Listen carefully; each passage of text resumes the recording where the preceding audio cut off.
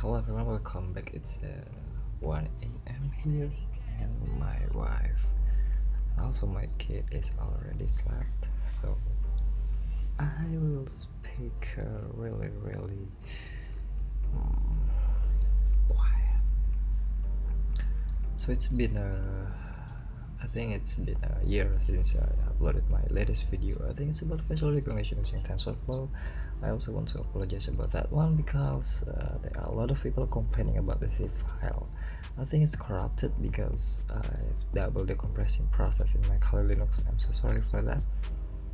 I think I really want to share about AI and anything that related.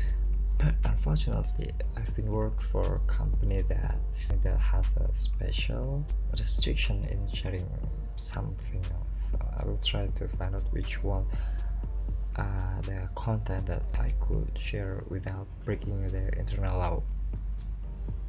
So I just want to share something today about drones. So before we talk about drone, I want to tell you something. Flying a drone needs cautions, especially for all of my friends in Indonesia. You need to understand about restricted zone, like if you're near the airport, you don't fly a drone because it could be dangerous. And how your drone works, you need to understand that before flying your drone or buying a drone. And keep in mind that you don't push your drone to its maximum limit. I've bought a CE versions of Mavic Mini, and the signal between the aircraft and the RC is quite poor. The signal between the RC and the aircraft is mostly unstable in urban areas or even a camping ground. Open areas, it's just the same. That's why I never fly my drone more than 400 meter. So I've tried to change the bands, but it's still performing per connection. But that's okay because I never made a condition to fly my drone really far yet. And last year I owned the Spark. It is just beautiful. I even get a few bucks by making a short movie with it, and someone buy it. Wow, this just someone bought my short movie. It's quite fun actually, and the range of this Spark is quite good. I've reached 1.5 kilometers by the drone doing some RTH automatically because the battery has reached its maximum limit. And yes, the only thing that I would complain about the Spark is the battery and its temperature.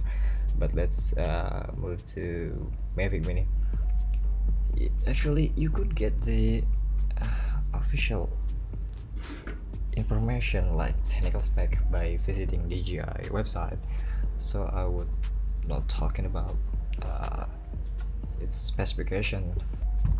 This drone, this tiny guy, it's beautiful because it's really light. It's just 249 grams. It is less than 240 grams.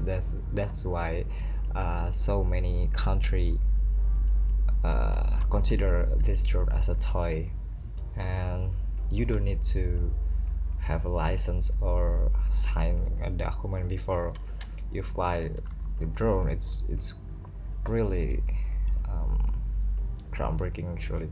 Advantage of Mavic Mini is try to make some cinematic shot in a windy condition, let's say 10 km per hour. When wind velocity, it's quite harder to get the job done. I also noticed that any shot that taken by using a quick shot feature will be choppy if the wind is quite strong.